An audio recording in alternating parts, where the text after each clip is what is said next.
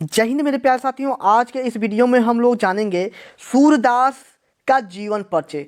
सूरदास जी का जीवन परिचय हम कैसे लिखें कि एक भी नंबर नहीं कटे। तो मेरे प्यारे साथियों, आप लोग डाल देना ऊपर हेडिंग सूरदास का जीवन परिचय। उसके बाद से आपको यह बॉक्स देखने को मिल रहा है, इस बॉक्स को आप लोग जरूर बनाइएगा। यह बॉक्स बनाना अति आवश्यक है। यह बॉक्स बनाना अति आवश्यक है मेरे प्यारे साथियों। यदि आप यह बॉक्स बनाते हो तो आपका एक भी नंबर नहीं कटेगा। ठीक है, यह आपको किस तरह लिखना है। पहला लिखना है जन्म। इस बॉक्स में जन्म कब हुआ था तो 1478 ईस्वी में। जन्म स्थान रुनकता नामक गांव में हुआ था। ठीक है, गांव में हुआ था। उसके बाद से पिता का क्या नाम था तो पंडित रामदास। मृत्यु कब हुई थी तो 1583 ईस्वी में। भाषा क्या था ब्रज भाषा, या कोई भी कविता या कुछ भी लिखा करते थे तो ब्रज भाषा में सबसे ज़्यादा इनका प्रयोग था, ब्रज भाषा। ठीक है, शैली क्या थी तो मुक्तक शैली में गेय पद। ठीक है, यह एक नंबर में ही पूछ लेता है एक नंबर में कि सूरदास की भाषा शैली क्या थी, तो हमें क्या बताना होगा मुक्तक शैली में गेय पद।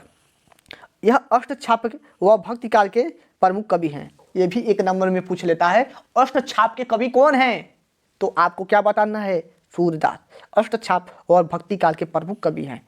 ठीक है, रचना में आप लोग क्या लिखोगे, प्रमुख रचना सूर सागर, सूर सावली और साहित्य लहरें। ठीक है, इनकी प्रमुख रचना है, तो इतना बात जरूर लिखिएगा। उसके बाद से हम लोग इनका जीवन परिचय लिखेंगे। तो जीवन परिचय कैसे लिखेंगे तो आपको बहुत छोटा में ही करके लिखना है। सूरदास का जन्म रुनकता नामक ग्राम में पंडित रामदास के घर हुआ था। पंडित रामदास के घर हुआ था। कुछ विद्वान सिही नामक स्थान को सूरदास का जन्म स्थान मानते हैं। सिही नामक स्थान है, उसको कुछ विद्वान मानते हैं। ठीक है, इनका जन्म लिख लेना, जन्म सन 1478 ईस्वी में। ठीक है, रुनकता नामक ग्राम में हुआ था, यह जरूर लिखना, यहाँ पर सन लिख लेना। और उसके बाद से शुरू में यहाँ पर लिख लेना सूरदास का जन्म सन। ठीक है, सन लिख लेना यहाँ पर। उसके बाद से रुनकता नामक ग्राम में हुआ था, सन छूट गया है। उसके बाद से यहाँ पर आप लोग क्या करोगे, यहाँ पर क्या लिखना है सूरदास जी एक जन्मांध होने पर भी विद्वानों का एक मत नहीं है। ठीक है, यानी कि कुछ विद्वान ऐसे थे जो कहते थे कि सूरदास जी क्या थे, जन्म से अंधे थे।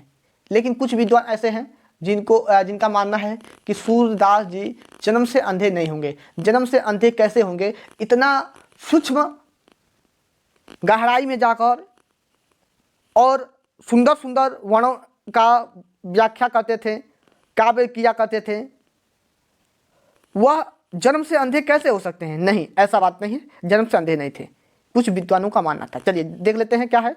कुछ विद्वान का कहना है कि इतने सूक्ष्म यानी कि अत्यंत सूक्ष्म, यानी कि अति सूक्ष्म या अत्यंत सूक्ष्म और सुंदर वर्णन करने वाले व्यक्ति जन्म अंध नहीं हो सकता। इसलिए ऐसा प्रतीत होता है कि सूरदास जन्म अंध नहीं थे।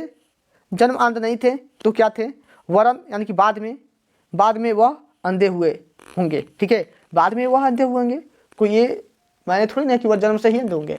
ठीक है, और कुछ साल जिए होंगे, अपन जीवन यापन किए होंगे, काव्य किए होंगे और बाद में अंधे हो गए होंगे। ये भी तो सही है। हमारे तो इतना सुंदर सुंदर वर्ण और शब्द का खोज करने वाले सूरदास जी जन्म से अंधे कैसे हो सकते हैं, बात सही है। ठीक है, उसके बाद से सूरदास जी बल्लभाचार्य के शिष्य थे। एक नंबर में पूछ सकता है बल्लभाचार्य के शिष्य कौन थे तो सूरदास जी। ये मथुरा के गौ घाट पर श्रीनाथ जी के मंदिर पर रहते थे। श्रीनाथ के मंदिर पर रहते थे। कहते हैं कि सूरदास का विवाह भी हुआ था। ऑफकोर्स विवाह तो जरूर हुआ होगा।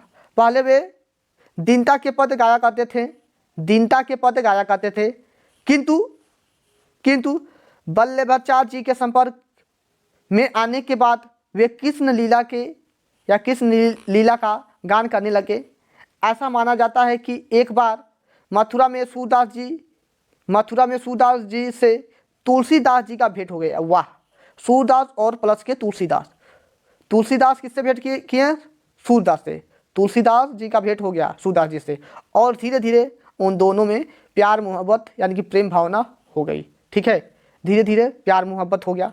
उसके बाद से सूर से प्रभावित होकर यानी कि खुश होकर यानी कि प्रभावित यानी कि प्रसन्न होकर तुलसीदास जी ने कृष्ण गीतावली की रचना की और गोवर्धन के पास परसौली नामक ग्राम में गुरु की वंदना करते समय सूरदास जी का मृत्यु 1583 ईस्वी में हो गया था, यानी कि हो गई। ठीक है, गुरु की वंदना कर रहे थे और गोवर्धन के पास परसौली नामक ग्राम में गुरु की वंदना करते समय सूरदास का मृत्यु 1583 ईस्वी में हो गया।